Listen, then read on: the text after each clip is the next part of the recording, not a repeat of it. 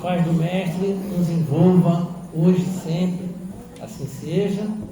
Então a gente começa a semana de feriadão, semana de recesso, mas o trabalho na casa espírita continua de vento em popa, tá?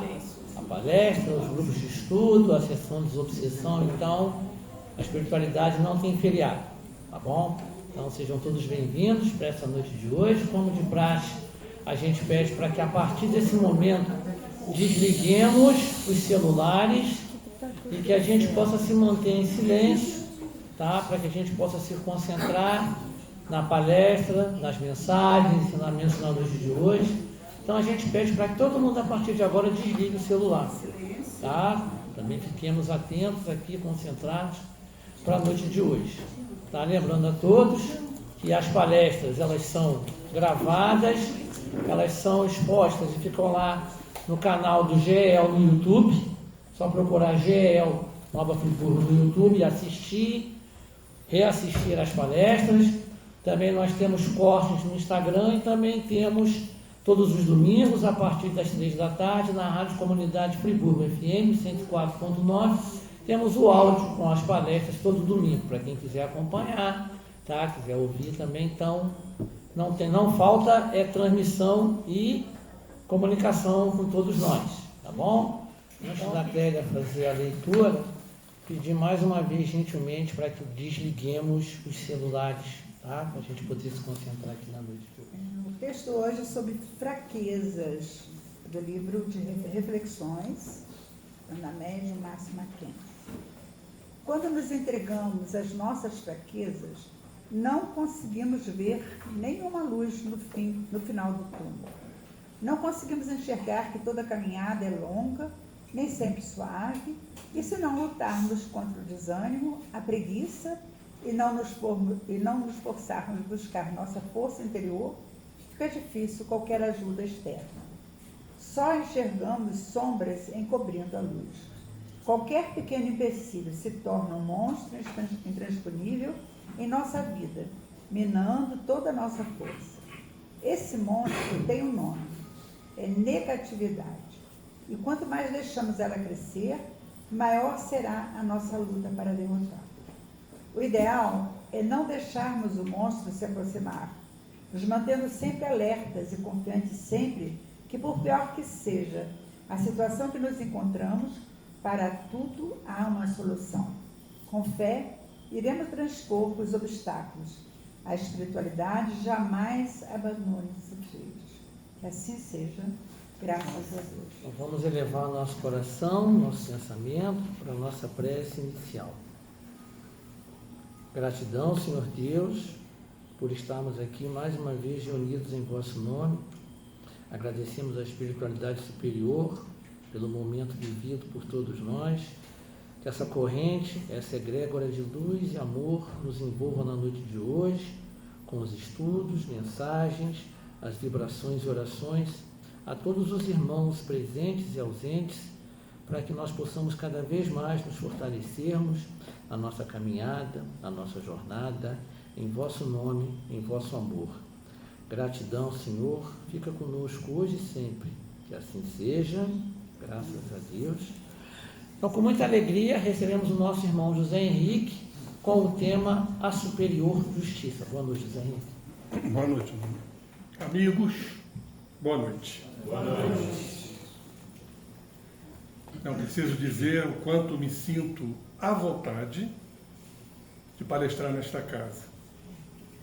Desde quando eu fui convidado pela primeira vez pelo meu querido amigo Gilson, e aí houve uma identificação, houve uma harmonia, uma afinidade que nos liga até hoje.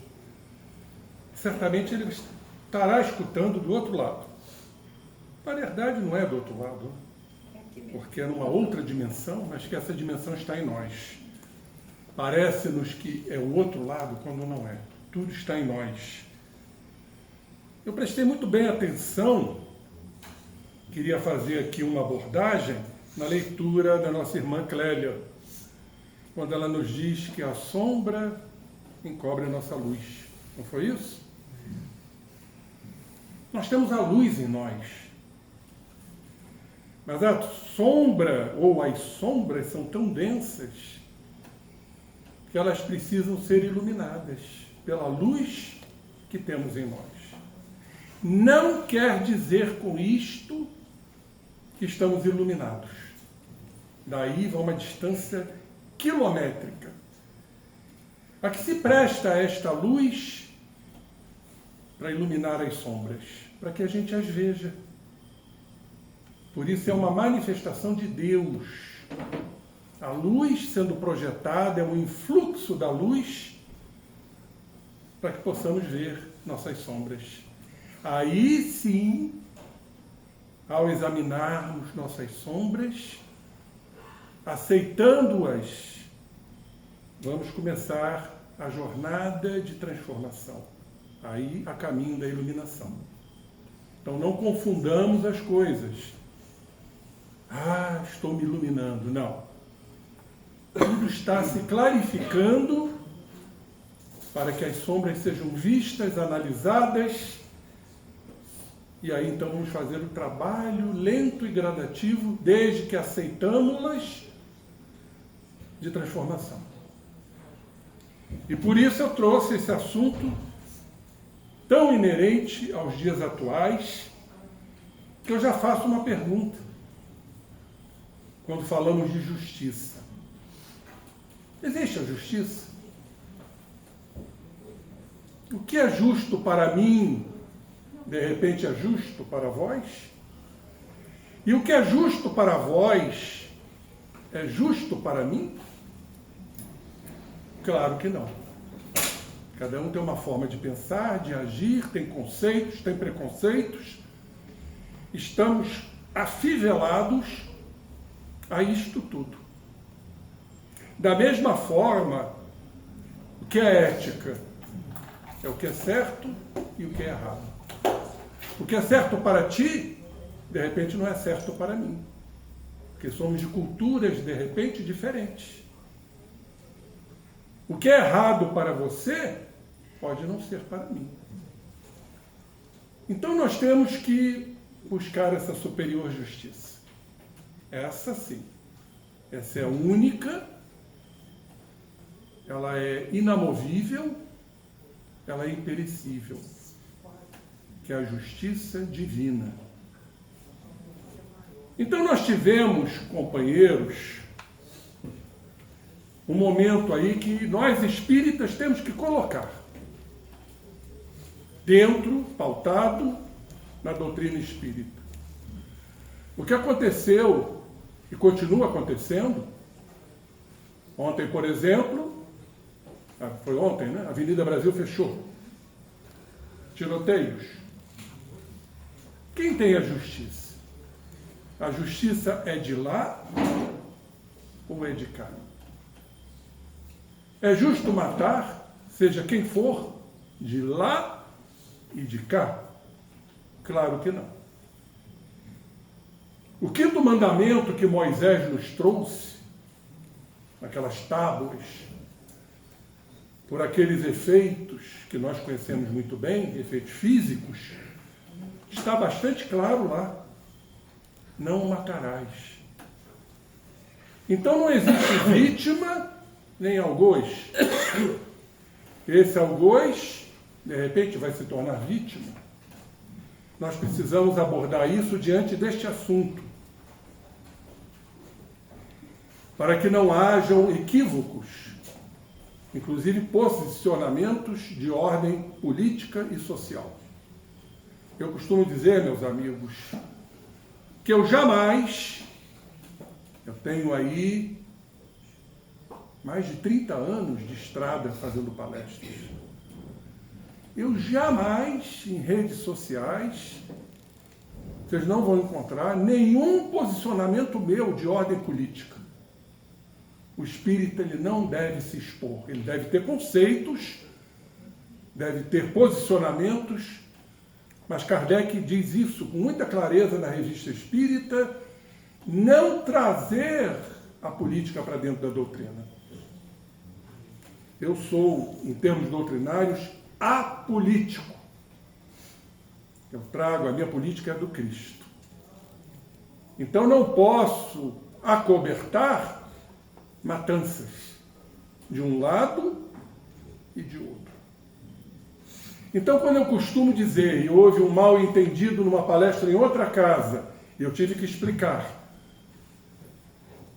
que só existe o traficante, o narcotráfico, porque existe o consumidor.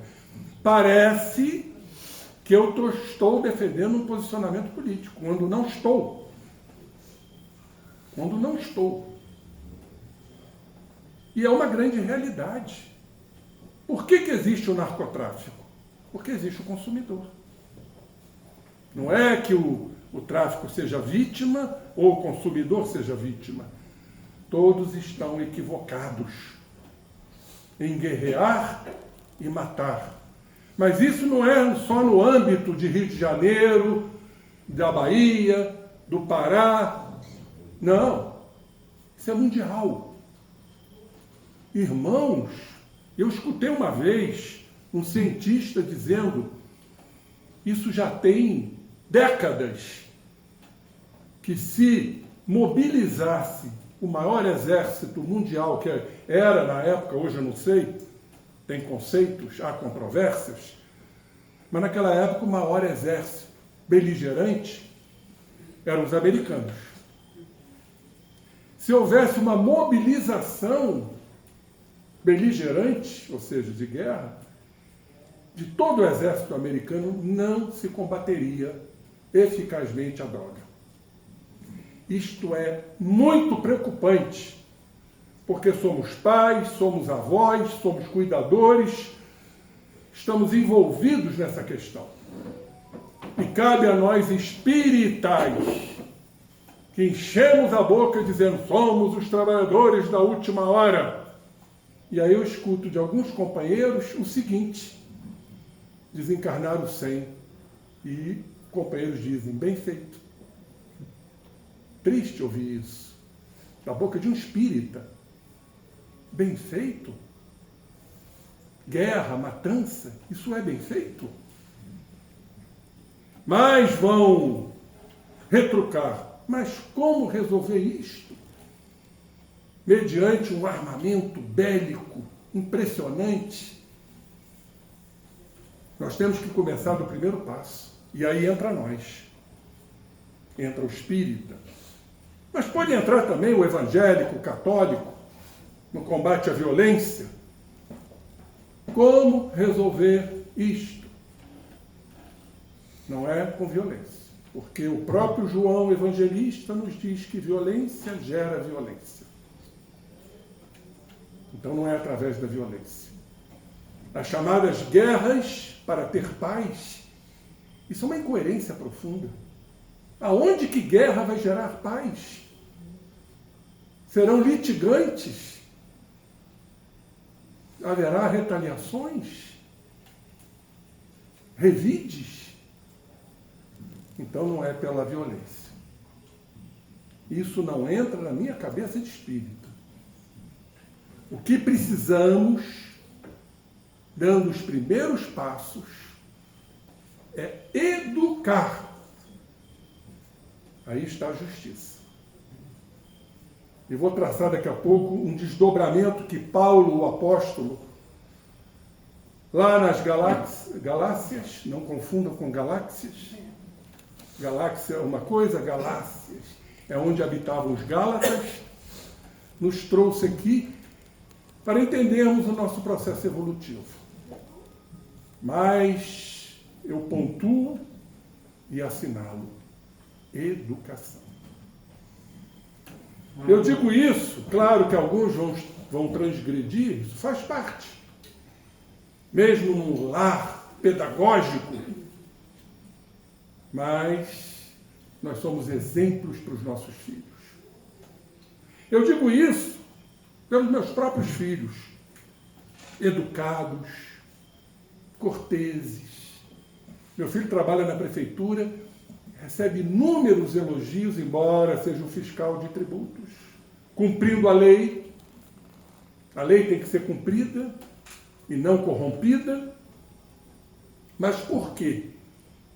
Às vezes eles reclamam. meu pai nos deu uma educação rígida. Eu sei que eu fui rígido, também porque eu fui educado dentro de uma rigidez. Não confundam rigidez com austeridade, que às vezes nos falta. Botar o filho sentado, meu amor. Jesus era assim. Jesus era assim. Ele educava, ele não aceitava o equívoco, o erro. Tanto que ele disse, o pai ama o errado, mas não aceita o erro. Frase do Cristo. Então temos que sentar nossos filhos e dialogar. Agora, se dentro de um lar o pai usa droga, o pai não dá assistência aos filhos, não dialoga, passa a ser um péssimo exemplo. Então esse filho que se espelha nos pais, ele vai seguir qual caminho? Claro que diante disso tudo tem que haver reformas sociais, melhores condições de vida, combater a desigualdade social, de poucos os favorecidos, nós sabemos disso tudo. Combater a pobreza com melhores salários. Eu sempre cito, infelizmente, não estou fazendo aqui, advogando ideias políticas. Mas o que fizeram com os CIEPs? Onde a criança entrava de manhã, estudava, tomava banho, se alimentava e saía no final do dia. Essa criança vai pensar em droga? Acabaram. CIEPs hoje é reduto desses marginais. Hein?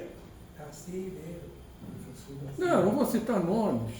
Isso aí é um... É o educador que... É o educador. Não quero citar nomes porque Darcy foi do Brizola. Não é isso que eu quero dizer. Eu quero dizer a fundamentação de um CIEP.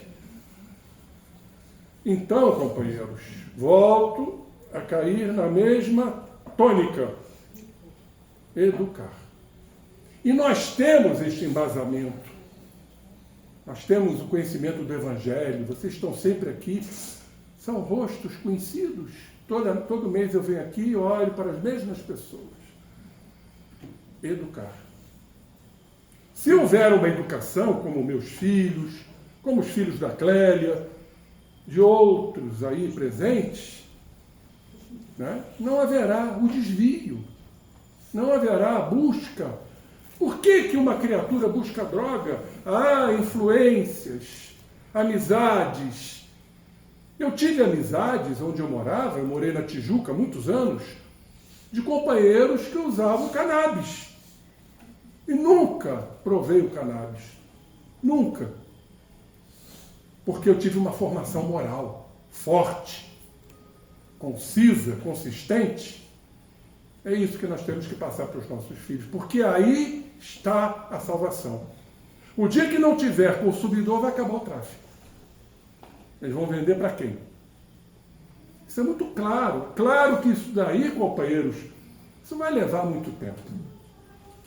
Enquanto isso, estamos enfrentando esses distúrbios, essas turbulências, porque 100 foram aniquilados, vão surgir 200, 300, 400.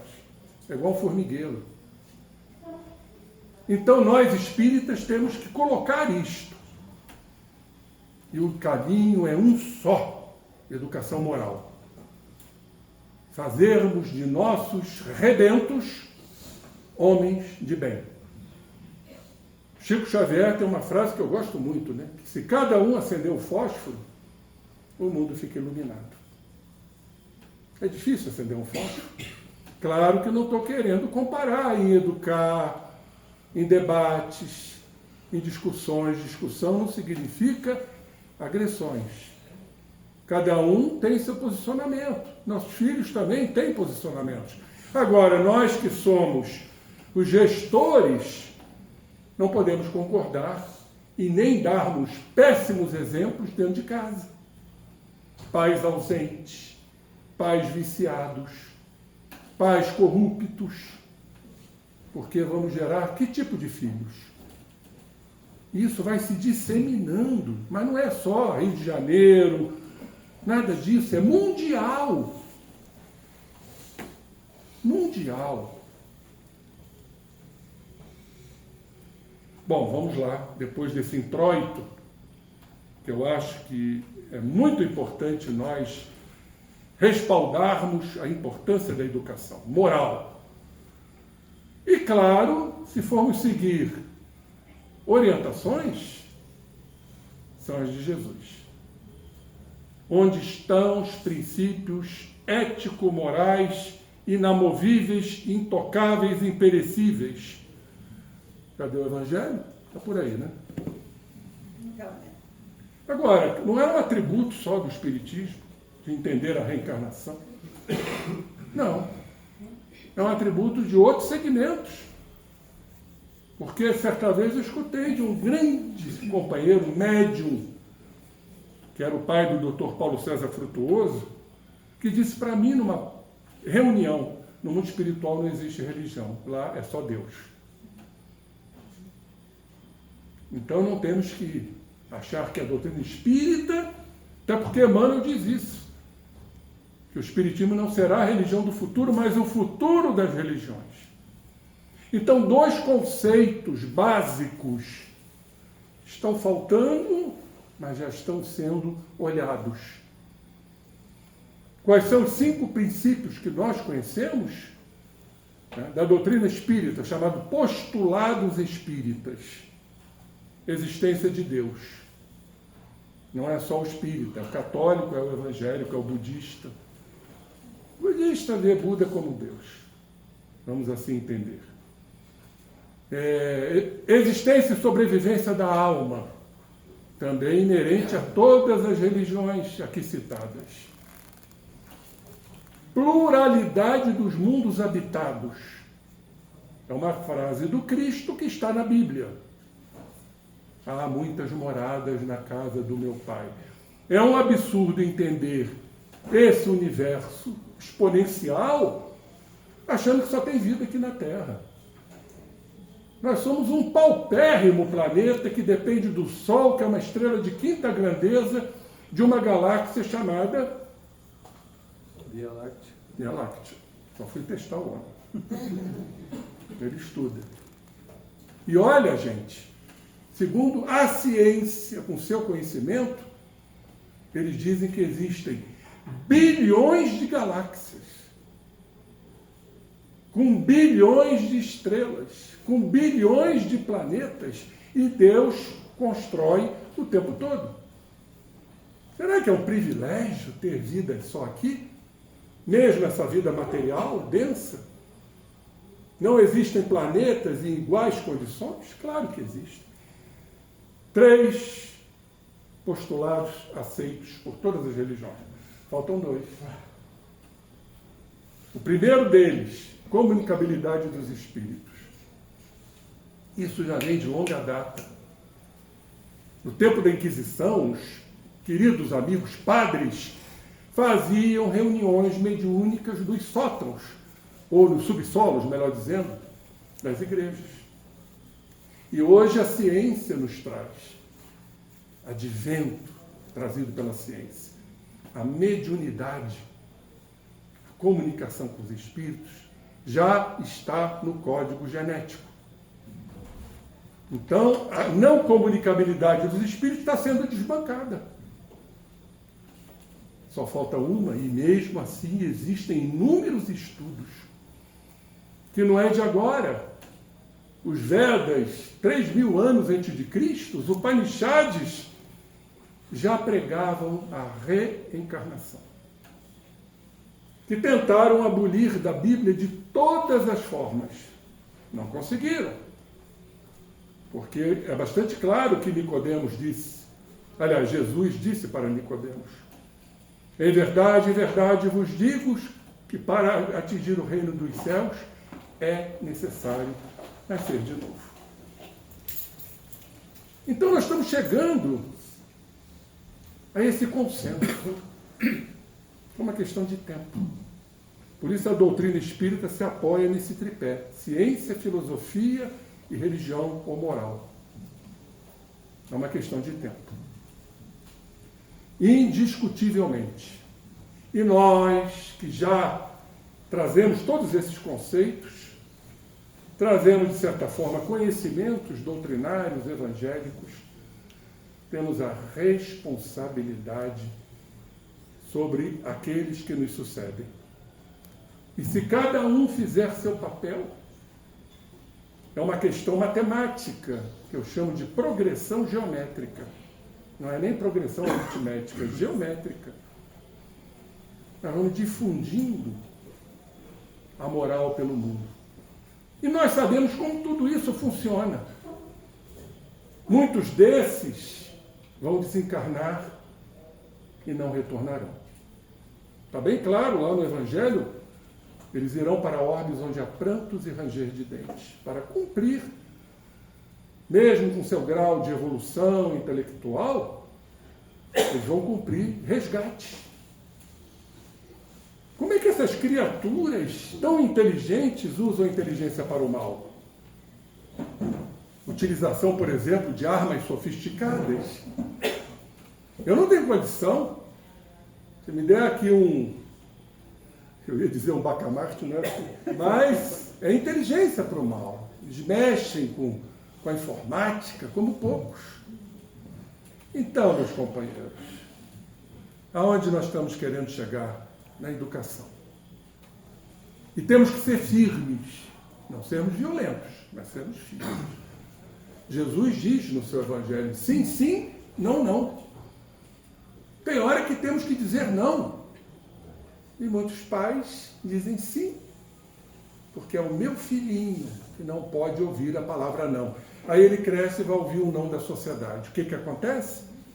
O que acontece? Homicídios e suicídios. Volto a repisar o que eu sempre digo, a cada 40 segundos alguém está se suicidando no planeta. Pergunto por quê. Não vem sentido pela vida. É o vazio existencial. Porque faltam ali as lições maternas e paternas, firmes e amorosas. Agora, tem pais que deixam os filhos se trancarem no quarto. Ah, pelo menos meu filho está em casa. E não investigam as redes sociais que eles estão acionando. Bom, diante dessa prévia, que já durou quase meia hora, vamos lá na lei de justiça, de amor e de caridade. Vejam que Kardec coloca essas três leis juntas: a justiça, o amor e a caridade. E quando falarmos aqui de Paulo aos Gálatas, vocês vão entender por que essas três leis estão unidas. E eu enalteço, porque eu venho estudando muito Paulo. E muitas vezes eu escuto, mas ele foi um doutor da lei, rabino, do Sinédrio, responsável pela morte de Estevão, Gesiel. Eram as questões da época. Mas, meus irmãos, Jesus veio para Paulo, rasgou os céus e disse: Saulo, Saulo, por que me persegues? E lá em Atos, Jesus diz: Paulo e Barnabé foram vasos escolhidos. Por que foram escolhidos? Porque eram criaturas preparadas. E depois da conversão, da metanoia, como dizem os gregos, de Saulo, porque ainda era Saulo, nós conhecemos muito bem a passagem desse apóstolo. Já leram Paulo e Estevão? Se não leram, por favor, leiam. É uma obra fantástica. A gente não desprega os olhos daquela leitura. Eu já li umas 2 vezes, eu acho que até 3. Por isso que eu enalteço o meu querido Paulo. E por isso Kardec coloca essa tríplice aliança: justiça, amor e caridade. Está lá na 3ª parte do capítulo 11, justiça e direitos naturais. Então vamos à questão fundamental, 873 do Livro dos Espíritos, O sentimento da justiça, preste atenção nisso, pergunta Kardec, está em a natureza? É uma lei de Deus? Porque se está na natureza, ela está em tudo. Ou é resultado de ideias adquiridas? Ao longo das encarnações, vamos adquirindo sentimento de justiça. Mas Kardec criou esse impasse aqui, para os espíritos. Vamos ver como eles responderam? Está de tal modo em a natureza que vos revoltais à simples ideia de uma injustiça. E diz aqui, dizem os espíritos, é fora de dúvida que o progresso moral desenvolve esse sentimento, mas não o dá. Bom, companheiros, como é que nós vamos entender isto? E aqui eles dizem mais, Deus o pôs no coração do homem.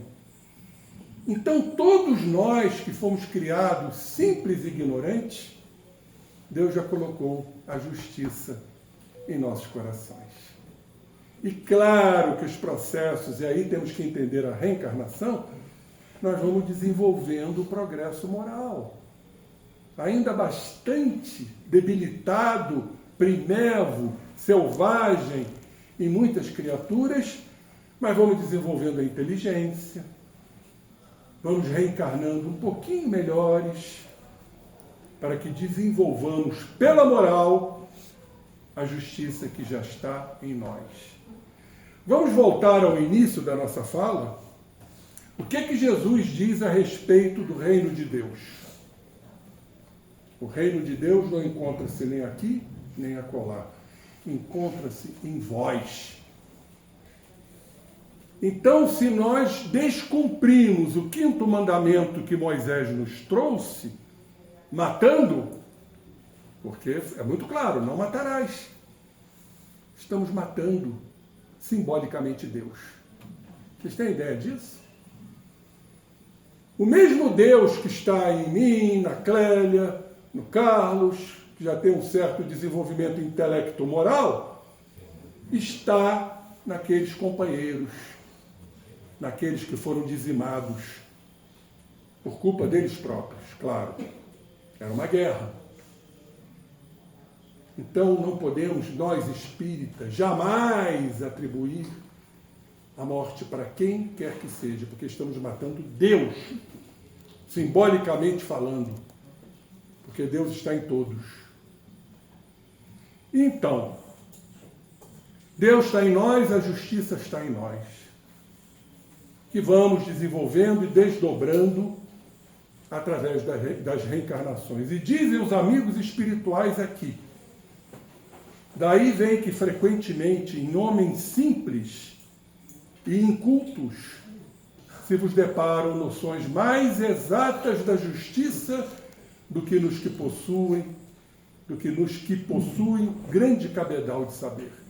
Então a justiça não é inerente àquele que conhece, ao intelectual, porque nós estamos vendo exatamente isso, pessoas altamente capacitadas intelectivamente, trabalhando para o mal, trabalhando para a morte, trabalhando para os seus interesses pessoais, que é exatamente o que acontece.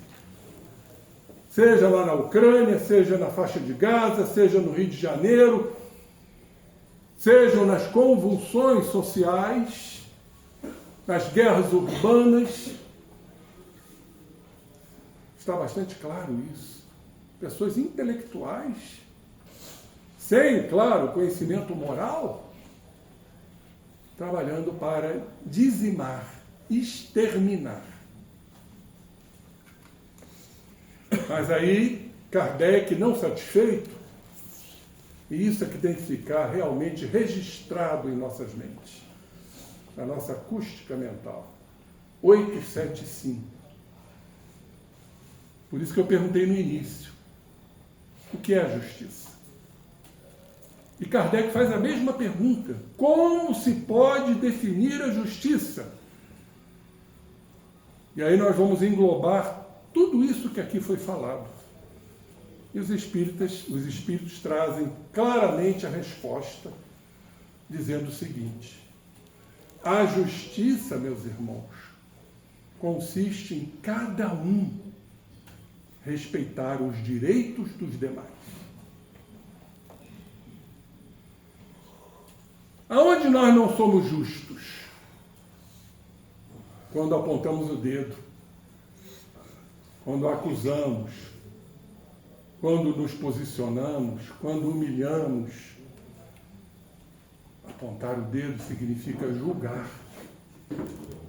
Julgar ao meu bel prazer, para atender interesses meus, muitas vezes preconceituosos.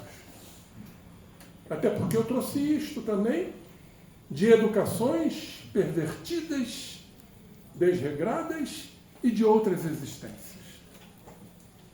Por isso nós estamos aqui para promover o amor ao próximo, seja ele quem for. Quando Jesus coloca: amai os vossos inimigos, amai aqueles que vos caluniam, o que Jesus quis dizer com isso, meus irmãos? É acusando, é julgando? É colocando o outro abaixo da crítica? Nas mínimas situações, a gente está julgando. Isso não é justo. A gente julga nossos filhos, colocando culpa neles quando eles erram, quando deveríamos sentar com eles e orientá-los, dialogar com eles, abraçá-los, beijá-los. Isso está faltando, gente. Eu ainda fui do tempo, naquela nem se fala. Hoje eu tirei a criatura para... Eu ainda fui do tempo, né, Max? Em que a gente era obrigado a pedir a bênção. Era, não era? Até hoje. Eu sempre pedi. Pedir a bênção. E acho ótimo pedir a bênção. A gente, eu fui criado assim. Obrigado. Ou quando alguém agradecer, eu dizer, de nada. Hoje a gente não escuta isso. Porque faltam orientações dentro de casa. Isso é muito certo. É o que está acontecendo. Os desregramentos são por conta da falência dos processos pedagógicos educacionais. E aí a questão 879 vai fechar esse raciocínio. Qual seria o caráter do homem que praticasse a justiça em toda a sua pureza? Quem é o nosso guia e modelo? Jesus. Aí os espíritos responderam: o do verdadeiro justo. Ainda não somos verdadeiramente justos, porque ainda nos posicionamos, ainda julgamos, ainda criticamos, ainda colocamos a ira diante de determinados julgamentos, porque aquelas questões não nos dizem respeito, não contemplam a minha forma de ser. Não somos verdadeiramente justos. Dizem aqui os amigos espirituais, a exemplo de Jesus, porquanto praticaria também o amor do próximo e a caridade, sem os quais não há verdadeira justiça. Então, para termos esse caráter de justiça em toda a sua pureza, temos que amar o próximo como a nós mesmos. Praticarmos a caridade, sem isto não há a verdadeira justiça. Bom, vamos lá. Eu falei de Paulo, né? Eu achei essa colocação importantíssima para não esquecermos. Para um dia sermos justos. Paulo diz, principalmente, inicialmente, estamos inseridos na lei. Ah, mas a lei humana ainda é falha, ainda é repleta de falácias, concordamos, mas é uma lei. É uma lei que, se não seguirmos, né, vamos ter que responder diante da justiça dos homens. Não roubarás, não matarás. Adultério hoje caiu de moda, né? Mas principalmente não roubarás, não matarás, embora existam aí concessões. Mas não vamos entrar no mérito da questão. Então precisamos da lei. E não raro, nós infringimos a lei. Não raro. Nas mínimas coisas somos infratores. E isso nos constrange. Ou como dizem os espíritos, nos confrange. Ou seja, nos incomoda. Então a própria lei vai gerar em nós, para não seguirmos os nossos impulsos preconceituosos de valores e crenças que trazemos de outras existências, com o somatório da educação que os pais impuseram a nós, nós precisamos da lei. Precisamos da lei que nos disciplina. O que Emmanuel falou para Chico Xavier? Lembram-se? Disciplina, disciplina, disciplina. 3 vezes. Porque somos criaturas indisciplinadas. Quando nós promovemos a indisciplina para atender nossos interesses, nossas crenças, nossos valores ainda deformados, então precisamos da lei para termos a disciplina. Muito bem. Diz Paulo que a disciplina, quando nos submetemos à lei, fará com que a gente desenvolva a inteligência. Perfeitamente. E a inteligência vai nos levar à compreensão de nós mesmos. Nossas tendências, nossas predisposições, porque somos ainda indisciplinados, ficamos submetidos à lei. Muito bem. Como é o nome disso? Todos aqui têm, porque sabem, mediante a lei humana, que vocês têm que estar disciplinados, que se vocês não cumprirem, vocês vão ter que responder juridicamente. Como é o nome disso? Razão. E a razão vai se gerando uma solidez lenta e gradativa que Kardec coloca como a fé raciocinada. Aí inicia-se a fé. Quando passamos a entender e compreender a razão de nossas dores, dos nossos sofrimentos. Hoje eu estava lendo, eu estou preparando Entre a Terra e o Céu, de André Luiz, dizendo que nossas dores, em linhas gerais, são as culpas que estão sepultadas em nós. Guardemos isto.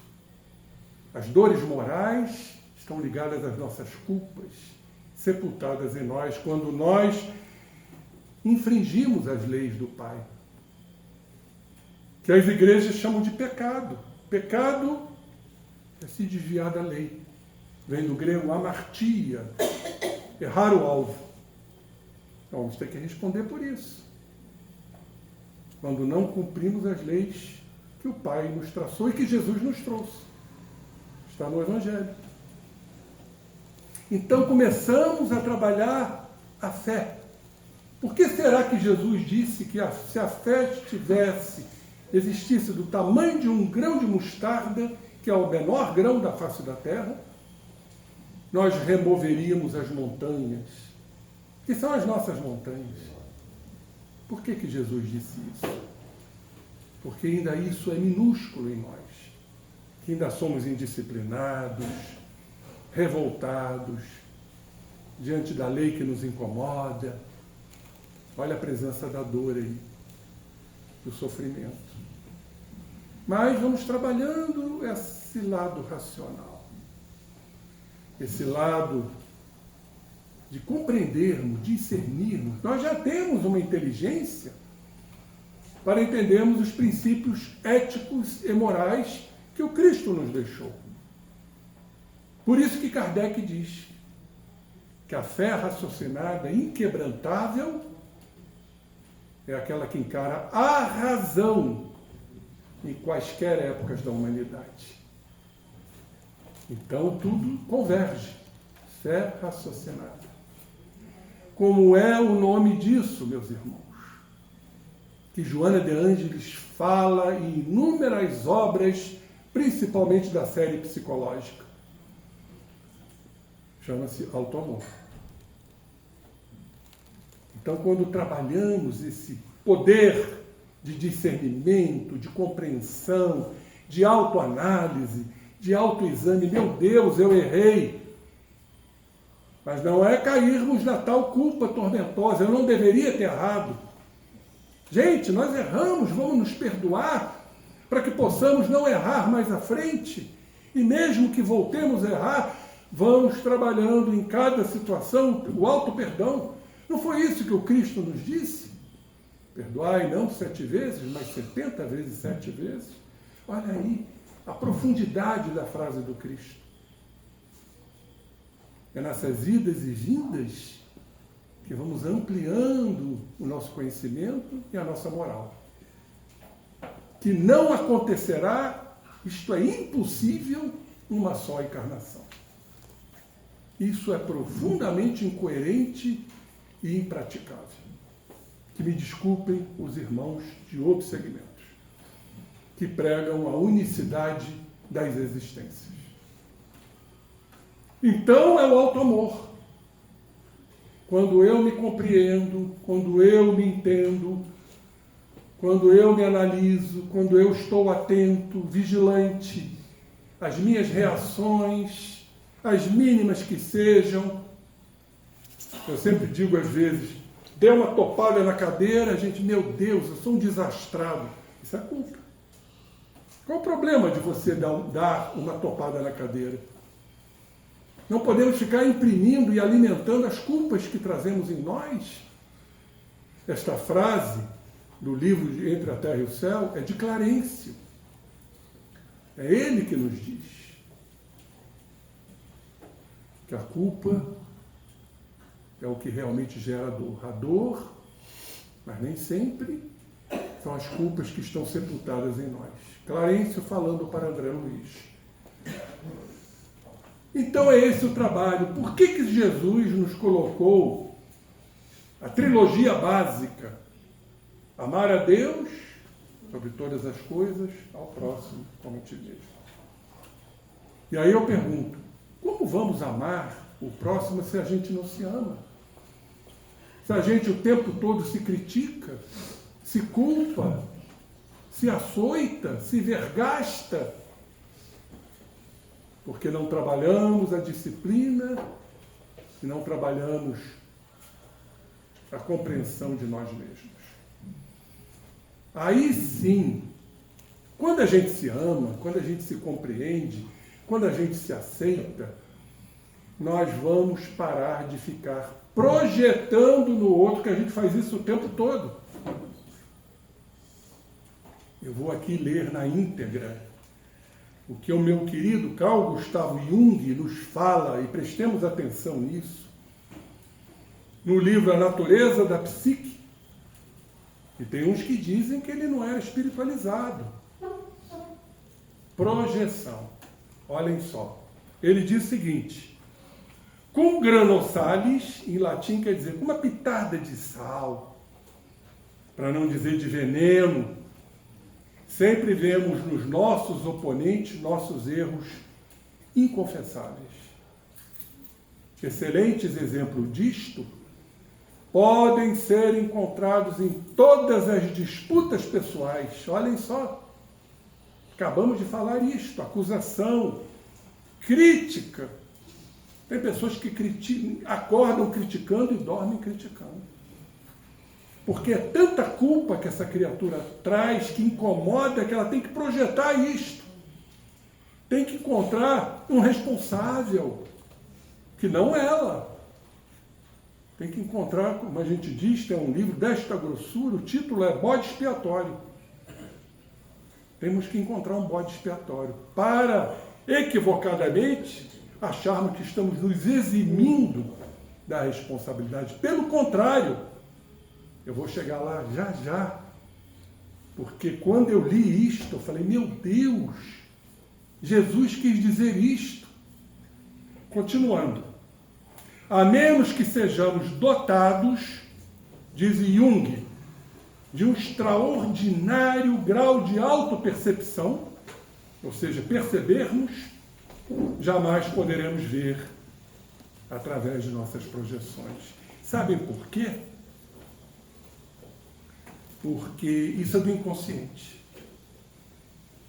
Às vezes a gente fala, acusa, julga o que está dentro de nós, que nos pertence, e projetamos no outro. Julgando o outro. E quando Cristo diz, na medida que tu julgares, tu serás julgado. E eu até então estava tentando compreender a miúde o que Jesus queria dizer com isso. Quem vai nos julgar? Na medida que eu julgar, eu serei julgado. Vocês já pararam para pensar nisso? É minha consciência, eu vou me julgar. A culpa, eu não deveria ter errado, movido que eu sou pelo orgulho, que eu sou importante, que eu sou imponente, que eu sou arrogante. Tudo bem, podemos entender, mas há algo psicológico muito mais profundo que isto, e que Jesus compreendia muito bem. No campo do inconsciente, a gente está inconscientemente projetando no outro aquilo que nos pertence. Pois bem, o outro, no campo do inconsciente, capta essa energia. As energias são captadas. Os processos obsessivos funcionam desta forma. Muitas vezes sem nós querermos. Então diz o Jung que há um processo até de sedução, que o outro, inconscientemente, vai abraçar esta projeção. Por quê? Porque eles vibram na mesma faixa de sintonia. É isto que temos que entender. A lei da atração. A gente só vai conseguir sair desta atração negativa com a mudança. Porque aí nós vamos nos desvincular desse campo energético negativo. Então isso aí seria o tratamento básico da obsessão. Tudo bem que a casa espírita ajuda, a equipe ajuda em afastar o obsessor. Mas se a criatura não se modificar, ele vai voltar, ou outros vão voltar. O tratamento obsessivo, a desobsessão, é a mudança energética. Então, onde eu estou querendo chegar? Existe ali uma sintonia. Eu projeto, ele abraça, porque existe uma sintonia, e inconscientemente, diz o Jung, o outro contraprojeta. Então fica assim, projeto contra projeto. Projeto contra projeto, e ficamos vibrando na mesma sintonia. Dolorosa, né? Dolorosa. A culpa se assoma e eu preciso jogar no outro. Que recebe essa carga energética, que assoma suas culpas, que precisa jogar em mim. Será quando isto chega, pergunto a vocês, que são muito inteligentes, por sinal, será que quando isto se expressa na zona consciente, chega à consciência, não são os conflitos? Sejam eles quais forem? Será que as guerras não têm estes fundamentos? Então, quando Cristo nos diz que na medida que tu julgares, tu serás julgado por aquele que você projetou. é a contraprojeção do outro em nós.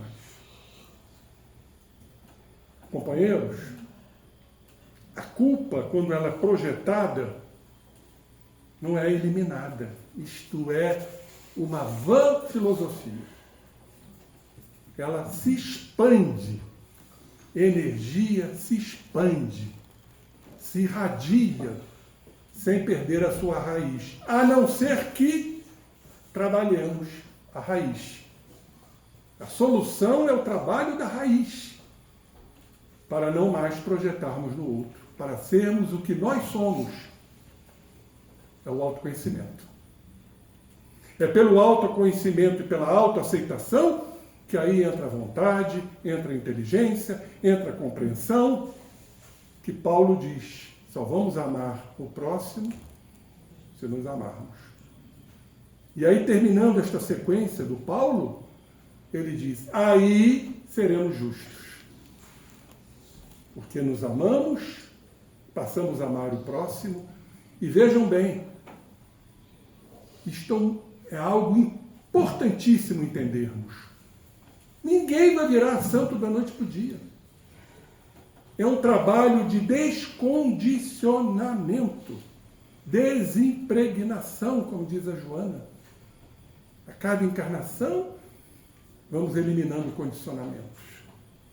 Vamos substituindo por condicionamentos novos, positivos. É esse o trabalho. Sabem quem falavam muito sobre isso? Os alquimistas. Lá na Idade Média, já diziam isto. O processo é alquímico.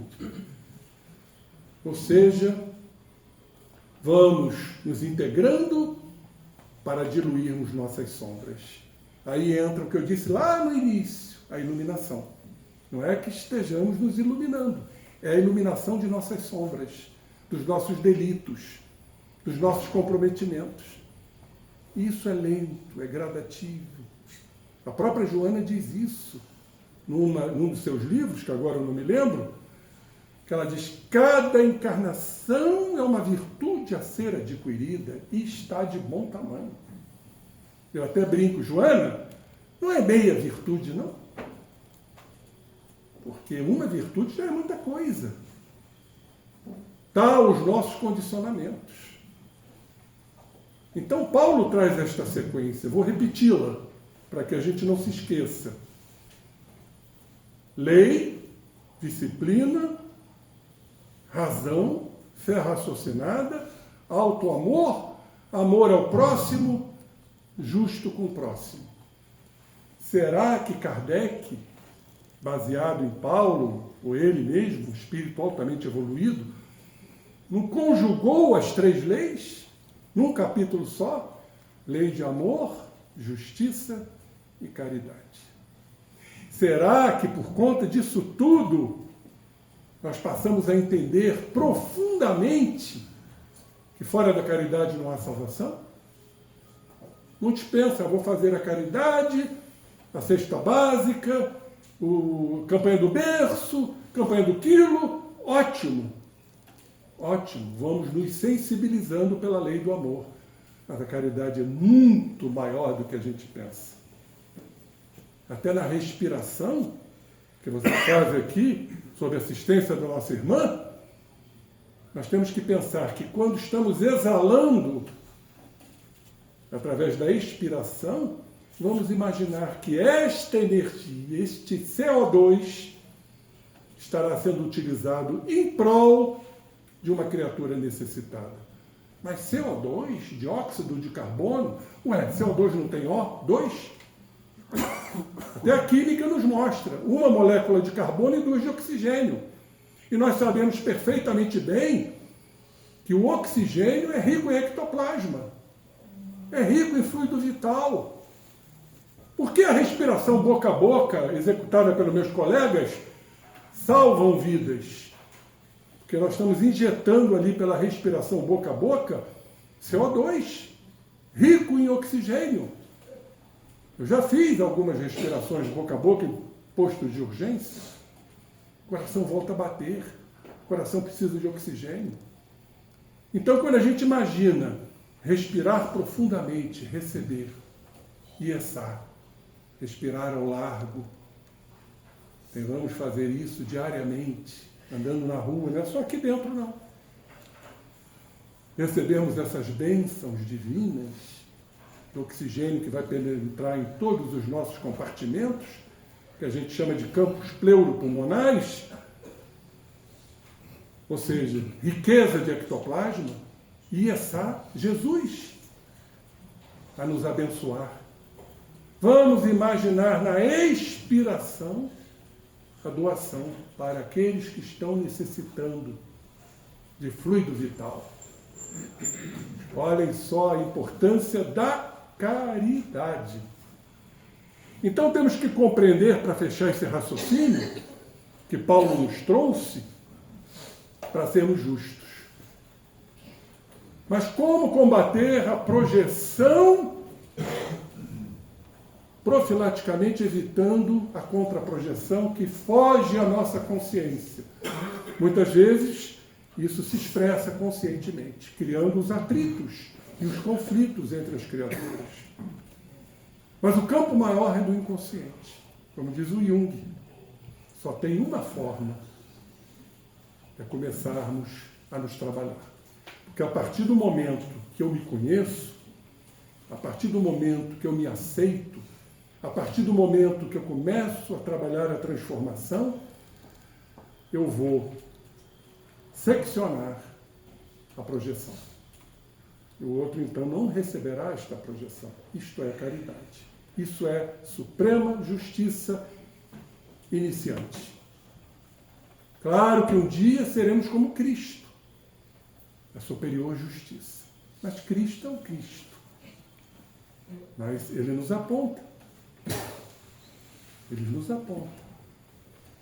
Nenhum de nós se perderá. Dia chegaremos que estaremos vibrando na mesma faixa crística.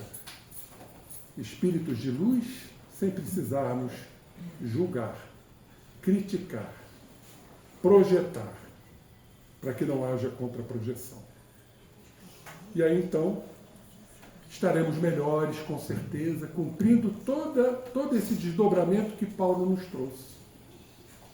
Sermos caridosos, amorosos e justos. Muito bonito isso. Mas é importante, intelectualmente, entendermos. Porque não basta só ouvir, temos que botar em prática. Naquele momento que estamos julgando, vamos frear. Quem somos nós para julgar? Aquele que cometeu um delito. Porque quando eu julgo, esse delito está em mim.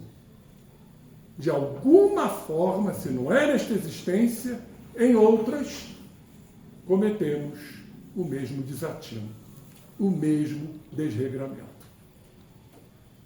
Então, quando a nossa boca abrir para julgar, pensemos que estamos projetando uma imagem que nos pertence. E isso cada vez mais vai ganhando corpo. É culpa sobre culpas. Porque também vamos nos culpar porque projetamos e acusamos o outro. Vocês sabem que isto acontece, para encerrarmos? O transbordamento para o corpo físico. E aí, como médico, eu deixo para vocês raciocinarem. Qual é a causa do câncer? Qual é a causa das doenças autoimunes hoje disseminadas pelo nosso orbe? O corpo é o receptáculo. O corpo é o aspirador da alma. Por isso padecemos de doenças e enfermidades. Como dizem os amigos espirituais, não existe a doença, existe o doente. Muita paz a todos. Nosso irmão José Henrique irá fazer a nossa prece final. Queridos e amados irmãos, esta perfeita comunhão de pensamentos, de emoções, vamos então dirigir todo o nosso psiquismo para o Criador.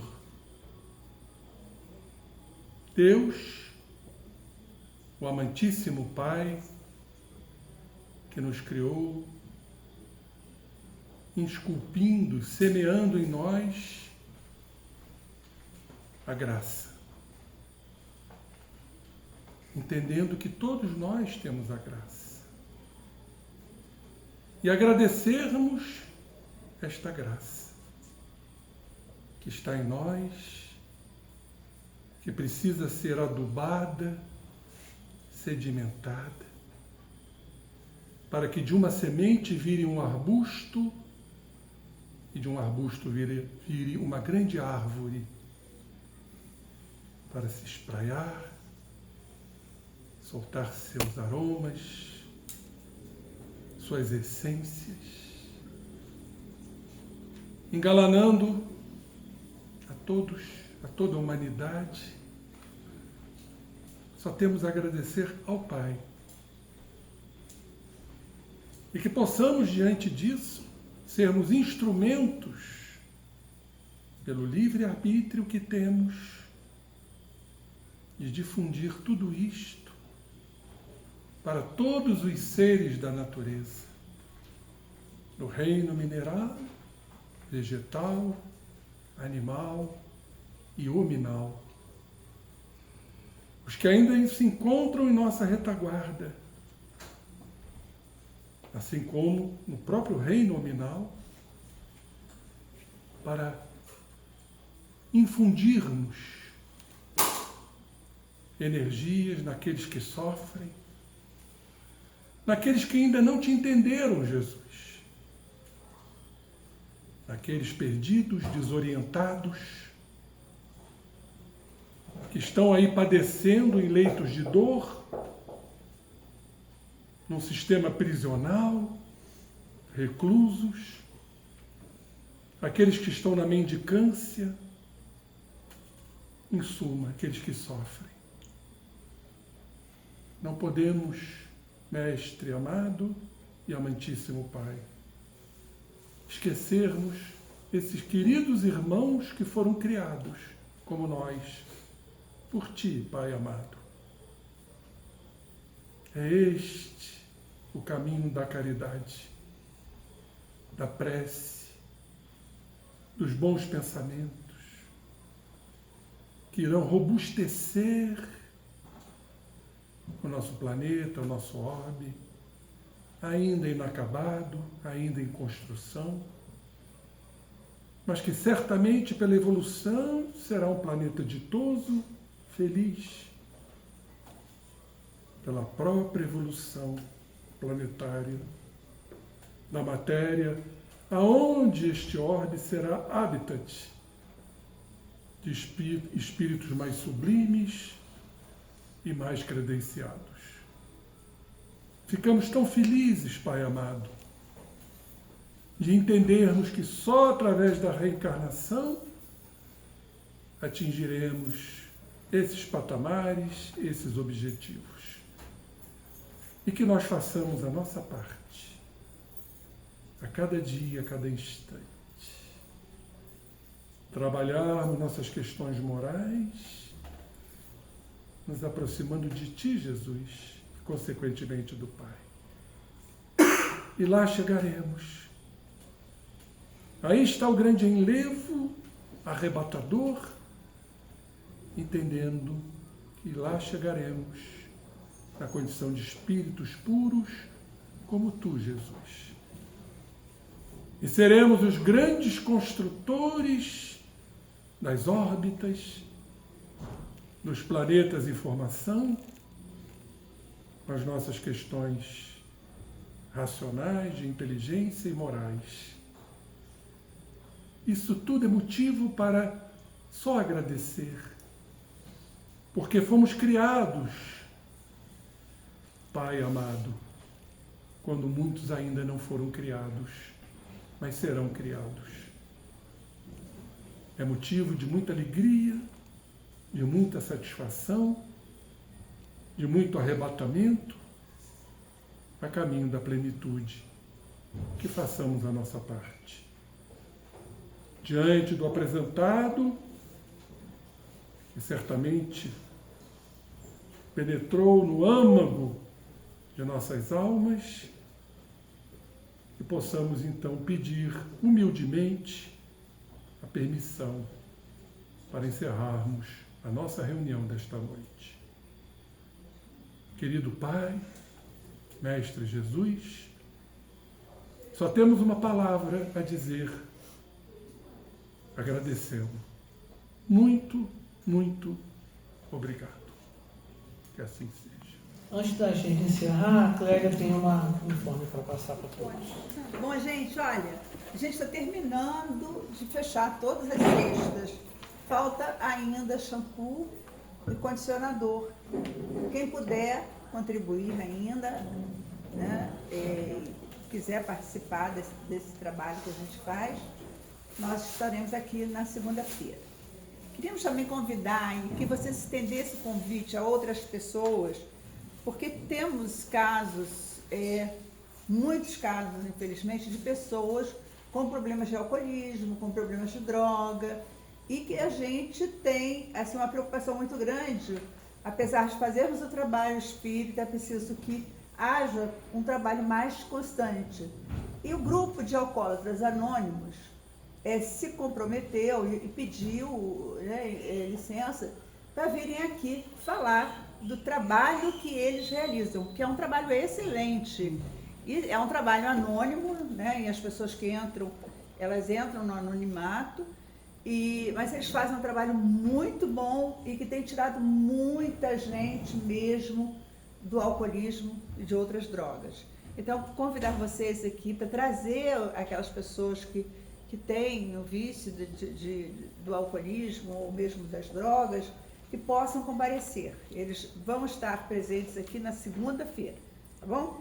Que Deus abençoe vocês, uma boa semana. Posso fazer um cumprimento? Pode. Só um minutinho, por favor. Esse trabalho de conscientização, eles também ampliam isso para os codependentes. Porque muitas vezes o problema está no lar, que leva as criaturas ao alcoolismo. Então esse trabalho que eles fazem, assim como os que trabalham a questão das drogas, é trabalhar o codependente. Perfeito? Só para complementar o trabalho. Não, é ótimo. Obrigada. Boa noite a todos. Boa noite, gente.